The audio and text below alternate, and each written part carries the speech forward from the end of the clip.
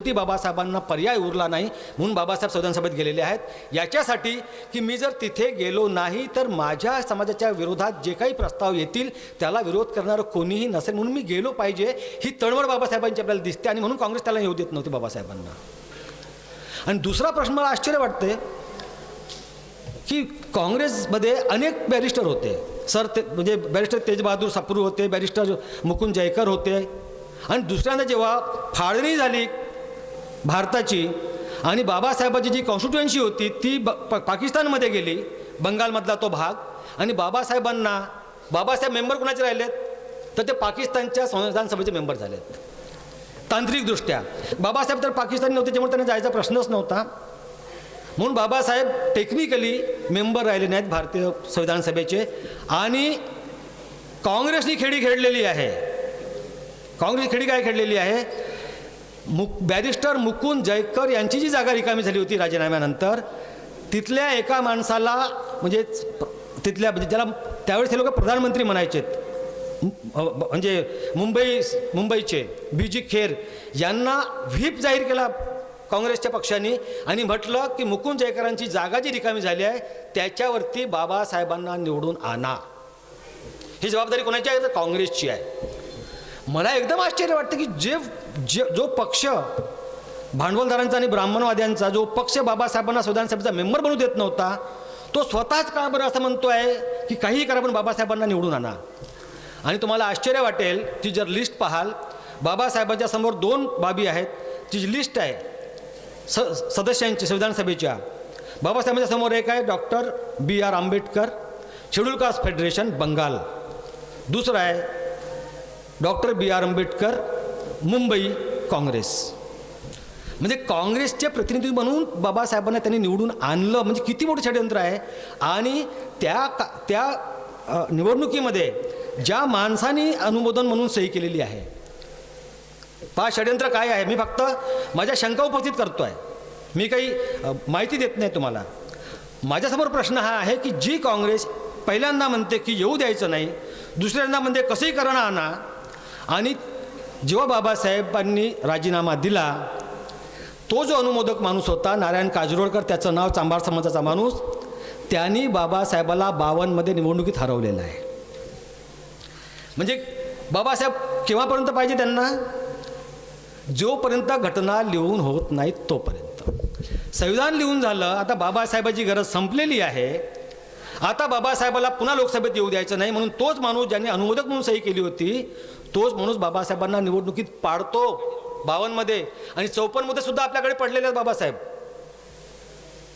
पोटनिवडणुकीमध्ये भंडाऱ्याच्या। म्हणजे एवढा मोठा माणूस, काँग्रेसचा जर एवढा मोठा जर विद्वत्ताच होती बाबासाहेबांची तर त्यांनी अविरोध निवडणूक होऊ द्यायला पाहिजे होती। एक जर त्यांनी निवडणूक अविरोध होऊ दिली असती तर काय मोठा फरक पडला नसता। मगाशी आकडेवारी सांगितली कानेकर सरांनी, संविधान सभेत कोण होतं, 227 लोक काँग्रेसचे होते, मुस्लिम लीगचे ज्याच्यासाठी लोक नव्हते मुसलमान फक्त 4, मग त्यांनी सांगितलं की फक्त 4च मुस्लिम होते, कारण की मुस्लिम लीगचा बहिष्कार होता, तोपर्यंत फाळणी झालेली नव्हती। आणि 93 लोक तर संस्थानिकांचे नामनिर्देशित प्रतिनिधी होते, निवडून आलेले नव्हते, बाकी लोक तर निवडून तरी गेले होते, पण जे संस्थानिक जे विलिनीकरण ज्यांचं व्हायचं होतं त्याचे 93 प्रतिनिधी त्या संविधान सभेत बसलेले होते। आता मला एक सांगा, जिथं अख्खं सभागृह ब्राह्मणवादी भांडवलदार आणि जमीनदारांनी भरलेलं आहे तिथं कोणताही एक माणूस काय करू शकतो। आणि 14 सब कमिट्या, त्याच्यापैकी एका सब कमिटीचे बाबासाहेब अध्यक्ष होते। बाबासाहेब स्वतः बोलत आहेत की मी भाड्याचा घोडा होतो, ह्या सब कमिट्या ज्या ठरवत होत्या त्याला कायदेशीर तर भाषेत मला लिहायचंच काम मी करू शकत होतो, कारण मी माझ्या मनाचं काही करू शकत नव्हतो, कारण त्या सगळ्या सब कमिट्यांमध्ये 6 सब कमिट्यांचे अध्यक्ष नेहरू होते, 4 कमिट्यांचे अध्यक्ष पटेल होते, सरदार पटेल, एकाचे श्री राजगोपालाचारी होते। अशा लोकांची बाबासाहेबांना तोंड द्यावं लागलेलं आहे। माझ्यासमोर हा प्रश्न आहे की मी आता ज्या संविधानामध्ये 100पेक्षा जास्त दुरुस्त्या झाल्या त्याचा मी सन्मान करू, त्याची अंमलबजावणी करायला लागू, की बाबासाहेबांनी जे निवेदन दिलं त्याची अंमलबजावणी करू, की जो ड्राफ्ट मंजूर झाला पहिला त्याची अंमलबजावणी करू। आता मग अशी आपण सगळ्यांनी शपथ घेतलेली आहे उद्देशिकेची, आम्ही भारताचे लोक भारताला सार्वभौम बनवू, समाजवादी बनवू, धर्मनिरपेक्ष बनवू, लोकशाही प्रजासत्ताक बनवू, सार्वभौम बनवू. आता काय करू? WTOचा मेंबर आहे आमचा देश, गुलाम आहे आमचा देश. आम्ही कसं सार्वभौम बनवणार त्याला? आमच्या देशाने भांडवली अर्थव्यवस्था स्वीकारलेली आहे. पहिलं भाषण जे बाबासाहेबांचं संविधान सभेतलं, जे एम्स अँड ऑब्जेक्टिव्स यांनी मांडले होते नेहरूंनी, त्याला उत्तर दिलेलं बाबासाहेबांनी. त्यांनी म्हटलेलं आहे की नेहरूजी, तुम्ही एम्स अँड ऑब्जेक्टिव्ह खूप चांगले मांडलेत, पण मला एक सांगा, जर या देशाची अर्थव्यवस्था, जर समाजाची अर्थव्यवस्था नसेल तर तुम्ही हे उद्देश कसे प्राप्त करणार आहात, मला सांगा समजावून. म्हणजे बाबासाहेब पहिल्यांदा बोलत आहेत हाऊसमध्ये, आणि पहिल्याच भाषणामध्ये बाबासाहेबांनी निरुत्तर केलेलं आहे नेहरूंना. बाबासाहेबाचे जे ध्येय आहे ते आहे सामाजिक आणि आर्थिक समता. जोपर्यंत आम्हाला आर्थिक आणि सामाजिक समता मिळत नाही तोपर्यंत आम्ही कागदावर काही लिहिलेलं असेल आम्हाला काही मतलब नाही आहे. कागदावर लिहिलं असेल जातीवाद नाही आहे, पण आमच्याकडे खैरलांजी होते, आमच्याकडे रोहित वेमुला मरतो. काय प्रकार आहे? एकीकडे आम्ही लोकशाही आहे म्हणायचं, दुसरीकडे रोहित वेमुलाला आत्महत्या करावी लागायची, खैरलांजी व्हायची. परवाच्या दिवशी आत्महत्या मोर्चावरती लाठीमार झालेला आहे. मी त्या मोर्चामध्ये होतो मुंबईमध्ये परवा. रोहित वेमुलाच्या याच्यावरती जो मोर्चा निघाला मुंबईमध्ये सायन ते कामराजनगर, त्याच्यावरती RSSच्या लोकांनी हल्ला केलेला आहे पोलिसांच्या उपस्थितीमध्ये. काय करू आम्ही या लोकशाहीचं? माझ्यासमोर हा प्रश्न आहे की माझं ध्येय काय असलं पाहिजे, की सामाजिक आर्थिक लोकशाहीची स्थापना करणे हे माझं ध्येय असलं पाहिजे, की केवळ ज्या कागदांवरती सामाजिक आणि आर्थिक लोकशाही करू असं एक आम्हाला आश्वासन दिलेलं आहे त्याची मी पूजा करू? माझ्यासमोर प्रश्न आहे. मी आपल्या सर्वांना विनंती करतो की माझ्या या प्रश्नाची सोडवणूक करण्यात आपण हातभार लावावा. धन्यवाद.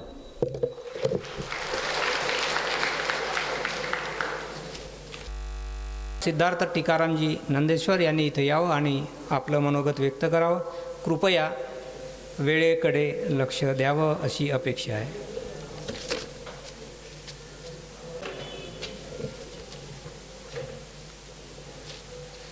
चार मंचावर प्रतिमा रूपानं विराजित सर्व थोर पुरुषांना आधी नमन करते. आदरणीय मंच आणि या कार्यक्रमाला छान सहभाग देण्यासाठी जमलेले सर्वच प्रेक्षकगण, विद्यार्थी आणि विद्यार्थिनी, मी खूप मोठी वक्ता नाही, पण माझ्याविषयी जे कानेकर सरांनी सांगितलं त्याबद्दल सांगते आहे थोडं. आमचं गाव अगदी खेडगाव, आणि तिथून आम्हाला एक गाव ओलांडून वरठी या गावाला शिकायसाठी जावं लागे. आधीचा काळ थोडा वेगळा होता. आता प्रत्येक पालक आपल्या मुलांच्या बाबतीत सक्षम आहे. प्रत्येकाच्या मनात अशी आशा असते की माझा मुलगा छान नागरिक व्हावा, सुजाण व्यक्तिमत्व असलेला एक विद्यार्थी तयार व्हावा, असं प्रत्येक वडिलाला आईला वाटते. सन 81-82चा काळ आहे तो. तर आमच्या घरी मला शिकवण्यासाठी तयार होते, पण माझ्यासोबत येण्यासाठी मुली तयार नव्हत्या, आणि त्यामुळं मी माझ्या सोबतीनं येण्यासाठी मुली तयार केल्या. मी थोडी चांगल्या सामान्य कुटुंबातली होती, पण 2-3 मुली माझ्या वर्गातील ज्या होत्या त्या खूप गरीब परिस्थितीतून येणाऱ्या होत्या. आणि त्यावेळी कुणास ठाऊक माझ्या मनात तसा विचार का आला. मी शाळेला बुट्ट्याही खूप मारल्या. सिजनेबल कामं जर असले तर त्यावेळेला रस्त्यात कुणी सांगितलेलं कामं त्यांचं ऐकायचं, आणि त्यातून जो मोबदला मिळाला त्या गरजू विद्यार्थिनींना द्यायचा. आणि अशा परीनं मी MA BEd पर्यंत शिकले. दुसरी गोष्ट म्हणजे मला जेव्हा नोकरी लागली सन 1990ला, तर माझी मुलगी 1 महिना 7 दिवसाची होती. मुलीला पाहण्यासाठी मला फार मोठे संकट आले, आणि माझे मिस्टर आणि मी एकाच दिवशी जॉबला लागलो. मला गोंदिया जिल्ह्यातील आमगाव तालुका मिळालं, आणि माझ्या मिस्टरांना गोंदिया जिल्ह्यातील तिरोडा तालुका मिळाली. त्यामुळे आम्ही थोडे वेगवेगळे झालो, आणि एकदम ग्रामीण भागातून गेली होती, त्यामुळे काही गोष्टी कळतही नव्हत्या. अशा वेळेस जेव्हा गावाचा सर्वे केला तेव्हा मला इंजवार समाजाची एक मुलगी ती शाळाबाह्य दिसली. मला असं माझ्या मनात आलं की या मुलीला जर मी माझ्या घरी नेलं तर माझ्या समस्याही सुटतील आणि हिला मला शिक्षण देता येईल. मी तिचं मग 8वीपर्यंत शिक्षण केलं. त्यानंतर तिला शिवण क्लास करून दिला, ती आपल्या पायावर उभी असावी म्हणून, आणि नंतर तिचं लग्न करून दिलं. ती गोंदियाजवळ काठी गाव आहे, काठीजवळ एक पांजरा गाव आहे, त्या गावी छान शिवण क्लासचे कार्य करते आणि तिचं कुटुंब सुरळीत आहे. मग त्यानंतर मला अजून समस्या होत्या माझ्या प्रती. तर मी अशीच एक दुसरी निराधार मुलगी पाहिली जिला आई आणि बाबा कोणीही नव्हते आणि त्याही मुलीचं मी 12वीपर्यंत शिक्षण केलं. तिनं मला माझ्या घरी घरकामास मदतसुद्धा केली आणि मग तिचं लग्न करून दिलं. तिला मध्ये उमेश पंचबाई या मुलासाठी दिलं आणि ती पण त्याही मुलीला शिवण क्लास शिकवलं. ती सुद्धा छान उदरनिर्वाह करत 2 अपत्य आहेत तिला. तर अशा पद्धतीनं आणि आता माझं जे शैक्षणिक कार्य सुरू असते, माझ्या हातून जी घडलेली विद्यार्थी आहेत ते जर त्यांना खरंच जर गरज असेल तर अशा विद्यार्थ्यांना मी म्हणजे मदत करत राहते. आपलं ते कार्य पुढे जावं आणि आपले ग्रामीण भागातील मुलं, ज्या ग्रामीण भागावर आम्ही छान पगार कमावतो आणि त्याचा कुठेतरी मुलांना गरजू विद्यार्थ्यांना लाभ व्हावा या उद्देशानं मदत करत राहते. मला कधी असं वाटलंही नाही की सर माझा सत्कार करतील. यांच्या पत्नी ज्योतिताई या माझ्या गावाशेजारच्या आहेत. अचानक त्यांच्याकडे बसायला गेले आणि चर्चेतून हा विषय निघाला होता आणि आता या 15-20 दिवसात कळलं की सरांनी माझा सत्कारच ठेवला आहे. पण त्या अशा खूप मोठ्या सत्कारासाठी काही पात्र वगैरे नाही. आपल्याच समस्या असतात. आपण सर्व बसून बसून थोडे बोरही झाले असावेत म्हणून 2 ओळी गाऊ सर. या संविधानाबद्दल मी काही जास्त बोलू शकत नाही, पण माझ्या गीतातून आपण कसं वागावं याची आपल्याला प्रेरणा मिळेल अशी मला खात्री आहे.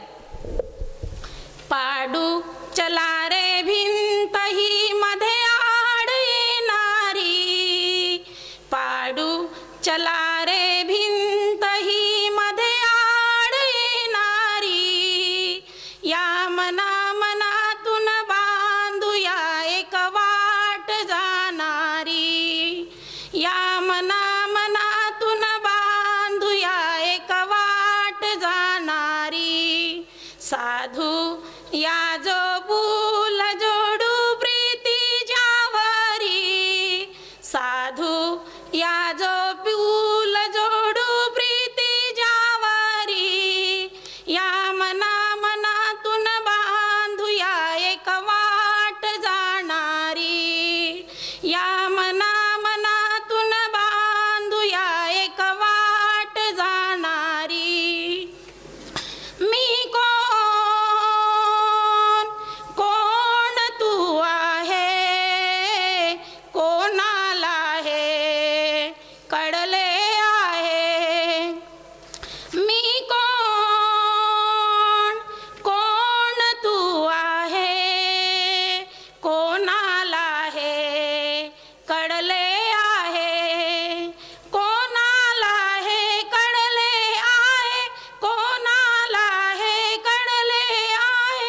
चल विसरू नको मतभेद, नको होऊ अविचारी, चल विसरू नको मतभेद, नको होऊ अविचारी, या मनातून बांधूया एक वाट जाणारी, पाडू चला रे भिंत ही मध्ये आड येणारी, या मनातून बांधूया एक वाट जाणारी.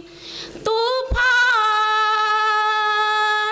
वादळे भवती दर्यावरती लाटा येती, दर्यावरती लाटा येती, दर्यावरती लाटा येती, मग एकी चालवू ही नाव तरणारी, ही नाव तरणारी, या मनातून बांधूया एक वाट जाणारी, पाडू चला रे भिंत ही मध्ये आड येणारी, या मनातून बांधूया एक वाट जाणारी. धन्यवाद.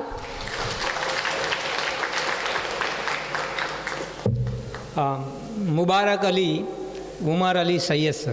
पद असलेले आदरणीय महामानव सर्व, आदरणीय विचारमंचावर उपस्थित असलेले सर्व मान्यवर, सर्वप्रथम मी गणराज्य दिनाच्या आपण सर्वांना शुभेच्छा देतो आणि त्याचबरोबर आजच्या या 15व्या राष्ट्रीय संविधान प्रबोधन साहित्य संमेलनाच्या प्रसंगी माझा आणि माझ्यासोबत इतर मान्यवर मंडळींचं या आयोजकांनी जो सत्कार केला त्याबद्दल सर्वप्रथम आभार व्यक्त करतो. वेळेच्या अभावी मी जास्त वेळ घेणार नाही. फक्त ज्या गोष्टीसाठी मला इथं माझा सत्कार केला गेला त्याबद्दल तुमच्याशी थोडंसं बोलेन. माझं नाव मुबारक अली सय्यद. मी जिल्हा परिषद सेमी इंग्रजी प्राथमिक शाळा खराशी तालुका लाखणी दिघोरी जवळूनच 4 किलोमीटर नदीच्या बाजूला तो गाव आहे, त्या ठिकाणी नोकरीला आहे. त्या शाळेचा मुख्याध्यापक. 2009ला त्या शाळेत आल्यानंतर माझ्या मनात जी इच्छाशक्ती होती की ग्रामीण भागाच्या विद्यार्थ्यांच्या शैक्षणिकदृष्ट्या जो एक प्रकारचा विचारप्रवाह आहे त्याला बदलून ग्रामीण भागामध्ये चांगलं शिक्षण, क्वालिटी एज्युकेशन विद्यार्थ्यांना मिळवून देण्यासाठी काहीतरी करता येतं का म्हणून प्रयत्न करून पाहायचं म्हणून एक प्रयोग मी त्या ठिकाणी सुरू केला. शिक्षक म्हणून नोकरीला लागलो तेव्हा ते माझं ते अध्य कर्तव्य पण आहे. पण त्याचबरोबर एक जी पारंपरिक शैक्षणिक ची पद्धती आहे ग्रामीण भागात शिक्षण घेण्याची की आजोबा शिकला तसा वडील शिकला, वडील शिकला तसा मुलगा शिकेल, आणि या पारंपरिक पद्धतीला बदलवून त्यांच्यामध्ये विजन देऊन त्यांना एक दृष्टीसमोर त्यांच्या भविष्य ठेवून त्या विद्यार्थ्यांना घडवण्यासाठी एक प्रयोग करण्याचा प्रयत्न मी केला. आणि त्यावेळेस 40 विद्यार्थ्यांची असलेली ती शाळा आज 136 विद्यार्थ्यांची झाली आहे. छोटासा गावाकडून शहराकडे लोक जातात, पण तो पहिला गाव आहे महाराष्ट्रात, त्याच्याकडे शहरातले लोक येतात. एकूण 80 किलोमीटरपासूनचे विद्यार्थी त्या ठिकाणी शिकायला येतात. ब्रह्मपुरीचे तुमच्या नवेगाव बांध, तुमचं साकोली, वडसा, चंद्रपूर, सिंदेवाईचे मुलं त्या ठिकाणी रूम करून आपल्या परिवारातल्या एका सदस्यासोबत त्या ठिकाणी ते खेड्यात राहतात आणि तिथं शिकण्याचा प्रयत्न करतात. मग अशी प्रस्तावित करताना सरांनी सांगितलं की ॲडमिशन क्लोजचा बोर्ड लागतो. ही सत्य परिस्थिती आहे, कारण वर्गखोल्यांची संख्या कमी आहे, विद्यार्थी 40च्या वर गेले की बसायला जागा राहत नाही, म्हणून मी ॲडमिशन क्लोजचा बोर्ड लावतो. पण ॲडमिशन देताना माझे 3 सूत्र आहेत. सर्वप्रथम तो विद्यार्थी दारिद्र्य रेषेखालचा असला पाहिजे. पहिला माझा ॲडमिशनचा प्रवेश. दारिद्र्य रेषेखालील विद्यार्थ्याचा दाखला आणला त्याला प्रथम प्रवेश. दुसरा तो 6 वर्षाचा असला पाहिजे. तिसरं त्याच्या घरी शौचालय असल्याचा सचिवाचा दाखला असायला पाहिजे. ह्या 3 गोष्टी जो पूर्ण करेल त्याच पोराला मी त्या ठिकाणी ॲडमिशन देतो. मी माझ्या परिवारासकट तिथेच राहतो. सुरुवातीला 2 शिक्षकी शाळा असल्यामुळे मला 4 वर्ग सांभाळायचे असल्यामुळे माझी पत्नी ती MA BEd आहे इंग्लिशमध्ये, गृहिणी आहे, ती पण मदत करायची. तिने इंग्रजीचे वर्ग घेतले, मी विज्ञानचे गणिताचे घेतले.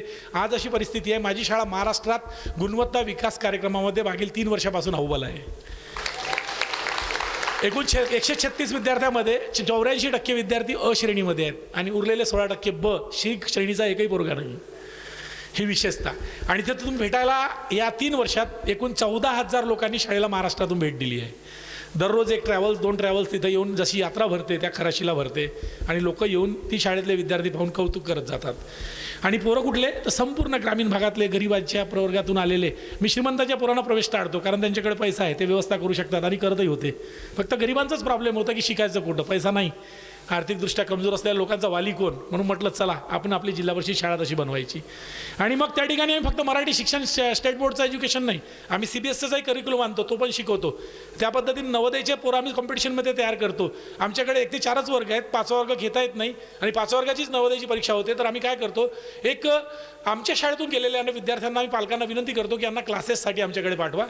जवळपास 10 ते 20 पोरं वर्ग घ्यायला दररोज ट्युशन क्लासला येतात. असे 30 विद्यार्थ्यांनी मागच्या 3 वर्षामध्ये आमच्याकडे म्हणजे वर्गांचा फायदा घेतला आणि त्यापैकी 16 विद्यार्थी नवेगाव बांधला नवोदयाला पात्र झाले. म्हणजे 50% पोरं नवेगाव बांधला आम्ही लावले. दरवर्षी 4 ते 5 पोरं आम्ही त्या एकाच शाळेतून नवोदयासाठी पात्र करतो. शिष्यवृत्तीमध्ये राज्यस्तरावरून माझा प्रत्येक वर्षी पोरगा प्रथम असतो राज्यात शिष्यवृत्ती 4थ्या वर्गामध्ये. मागच्याच लाखांदूरमध्ये आमच्या शाळेचा सत्कार झाला होता एका विद्यार्थ्याचा. आणि हे सर्व करत असताना आनंदाची एक गोष्ट सांगतो की त्या पोरांच्या पालकांच्या डोळ्यात जेव्हा समाधान पाहतो ना, तीच आमची या कार्याची पोचपावती असते. ॲडमिशन देत असताना आम्ही कुठलाच वर्गणी कुठला शुल्क मागत नाही, परंतु त्या गावचं ते छोटासा जरी गाव असला, गरीब गाव जरी असला, पण मनाने एवढा मोठा आहे, त्यांनी आम्हाला 3 वर्षात 8 संगणक घेऊन दिले. त्याची प्रयोगशाळा तयार केली, एक डिजिटल प्रोजेक्टर घेऊन दिला 60,000चा, त्याचा डिजिटल क्लास तयार केला. आणि आत्ता 26 जानेवारीला आज लोकांनी निर्णय घेतला, आत्ता जो कार्यक्रम झाला आणि सभा झाली की आम्ही 10 दिवसात तुम्हाला पिण्याच्या पाण्याचं एक 70,000चा आरो शाळेमध्ये लावून देऊन राहिले. तर गाव हे सर्व करू शकते, शक्य आहे. काही गरज नाही आम्हाला शासनाच्या निधीची, मदतीची. ते न मागता आम्ही पुढे धावत आहोत. विद्यार्थ्यांना बचतीची सवय लावावी म्हणून घरी चॉकलेट बिस्किटला पैसे मागतात आणि उघड्यावरचे पदार्थ खातात, वाईट व्यसनाचे म्हणजे आधारी लागतात. त्यांच्यावर पर्याय म्हणून मी काय केलं, एक छोटीशी बँक बिघडली पोरांची. 3 वर्षात ती बँक चालवली. 1-2 रुपये त्यांना गोळा करायला लावले. विद्यार्थी चालवतात. विचार कराल, तुम्हाला सांगायला मला गर्व होतं की या 3 वर्षात त्यांनी 3,72,000 रुपये गोळा केलेत पोरांनी. आणि या 3,72,000 रुपयामध्ये जो व्याज मिळतो त्या व्याजावरच त्या पोरांचे वार्षिक जे शैक्षणिक साहित्य लागतात, नोटबुक, बूट, पेन, पेन्सिल, टाय, जे काही लागते ते सर्व व्याजावरच खरेदी करून देतो. त्याच्या पैशाला कोणी हात लावत नाही. आणि तो पैसा मग 5वीतून आमच्याकडून गेला की त्याला आम्ही मग TC मार्कशीट सोबत त्याला देतो. ती इतकी सुंदर सवय लागली पोरांना की संपूर्ण व्यवहार बँकेचा करतात आणि ते इंग्रजी भाषेतून करतात. वर्ग 3रीत गेला की माझा पोरगा फ्लुएंटली इंग्लिश बोलून तुमच्याशी संवाद साधू शकतो, तुम्हाला मी निमंत्रण देतो, येऊन पाहून टाका त्यांना. आणि ते 100% गुणवत्ता. जनरल नॉलेजचा एक उपक्रम आहे आमच्याकडे. त्याच्यामुळे आम्ही एवढं साध्य केलं की माझा विद्यार्थी इंटरनॅशनल जनरल नॉलेजवर चर्चा करतो. गुगल काय, मायक्रोसॉफ्ट काय, त्याचा मालक कोण, ओबामाच्या पत्नीचं नाव काय, मुलगा त्याचा काय, त्याची 2 मुली आहेत त्यांचं नाव काय, हे सर्व माझ्या शाळेतल्या त्या ग्रामीण भागातल्या खराशीच्या पोरांना माहीत आहे. त्याच्यावर ते डिस्कस करतात. संविधानावर एक वर्ग घेतला होता, इतका सुंदर ते मांडतात त्याच्यावरचे विचार. आणि मी विनंती करेन आपल्यापैकी कोणीतरी कधी वेळ मिळाला तर त्या खेड्यातल्या एखाद्या शाळेला एकच दिवशी येऊन भेट द्या. आणि आम्ही तिथं मुक्कामानं सर्व किरायांना तिथंच राहतो. मी, माझा परिवार, माझ्यासोबत जे 5 शिक्षक आहेत, ती एक महाराष्ट्रातली एकमेव शाळा असेल की आम्ही त्याच गावी त्याच ठिकाणी राहून आपल्याच मुलांना त्याच शाळेत शिकवतो. माझी मुलं पण त्याच शाळेमध्ये आहेत. मलाही 2 मुली आहेत. आणि अनेक उपक्रम आहेत, भन्नाट उपक्रम आहेत. म्हणजे तिथं आल्यावर तुम्हाला कळेल. बेललेस स्कूल आहे, बेल वाजत नाही, पण 9:30ला येऊन जा. 100% पुराणी गुरुजी तुम्हाला प्रेझेंट भेटतील. सुट्टीची वेळ होते, बाहेरगावचे जवळपास 20 किलोमीटरच्या आसपासचे 60-70 मुलं आहेत. त्यांचे पालक गेटवर उभे राहतात, कोणी डिस्टर्ब करत नाही. आमची सुट्टी 5, 5:15, 5:30, कधी 6 वाजून जाते. मुलांना शाळेतून घरी जा म्हणावं लागतं. मुलं जायला तयार होत नाही, त्यांना घर आवडत नाही, शाळा आवडायला लागली. म्हणून माझं एक या माध्यमातून आपल्या सर्वांना म्हणणं आहे की शाळा हे जेव्हा आपण मंदिर म्हणतो तर खऱ्या अर्थानं ते मंदिर बनलं पाहिजे. आणि तिथूनच आपण सुरुवात करू शकतो. बाबासाहेबांनी म्हटलं आहे, शिका, संघटित व्हा, संघर्ष करा. खऱ्या अर्थानं त्यांचा म्हणण्यामागचा उद्देश काय होता, ती सुरुवात आपल्याला ह्या खालच्या ग्रासरूटपासून करावं लागेल. शहरामध्ये पैसा आहे, स्पर्धा आहे, खूप काही आहे, चाकचमक आहे, तिथं सर्व काही लोक पुढे जाऊन राहिले. पण आम्ही कुठं आहोत? आम्ही जर तुलना केली त्यांच्याशी तर कितीतरी वर्षांना आपण पटीनं मागं आहोत. मग अशा वेळेस या ग्रामीण भागातल्या या खाणीमध्ये जे सोनं लपलेलं आहे त्याला निपजवण्यासाठी आपल्याला काहीतरी थोडंसं प्रयत्न करावा लागेल. आणि ते करत असताना जो समाधान मिळतो तो पैशानं विकत घेता येत नाही, तो आम्हाला मिळाला आहे. आणि म्हणून मी माझ्या बांधवांनाही पण विनंती करतो, शिक्षकांना अनेक गावी जाऊन. आजच मी सायंकाळला मांदेड या गावी चाललो. मांदेडच्या लोकांनी मला बोलवलं आहे, तुमच्याच तालुक्यातील गौराळा शाळा, त्या शाळेला मी मार्गदर्शन केलं. मी फक्त 2 दिवस गेलो सर, एक स्पीच केला, फक्त लोकांमध्ये भावना जागृत केली. आणि त्यांना म्हटलं, शाळा हे मंदिर आहे, मुलं हे देवाघरची फुलं आहेत. तुम्ही काहीही करा, कुठला देवधर्म नाही. तुम्ही मक्क्याला जाता, मदिनाला जाता, काशीला जाता, प्रयागला जाता, हजारो करोडो खर्च करता, त्यापेक्षा शाळेसाठी 10 रुपये दान देऊन बघा, तुम्हाला समाधान मिळेल. एका पालकानं, पालकही नाही त्याचा, तो ते गरीब शेतकरी, दुसऱ्या दिवशी 1 लाख रुपये आणून दिले.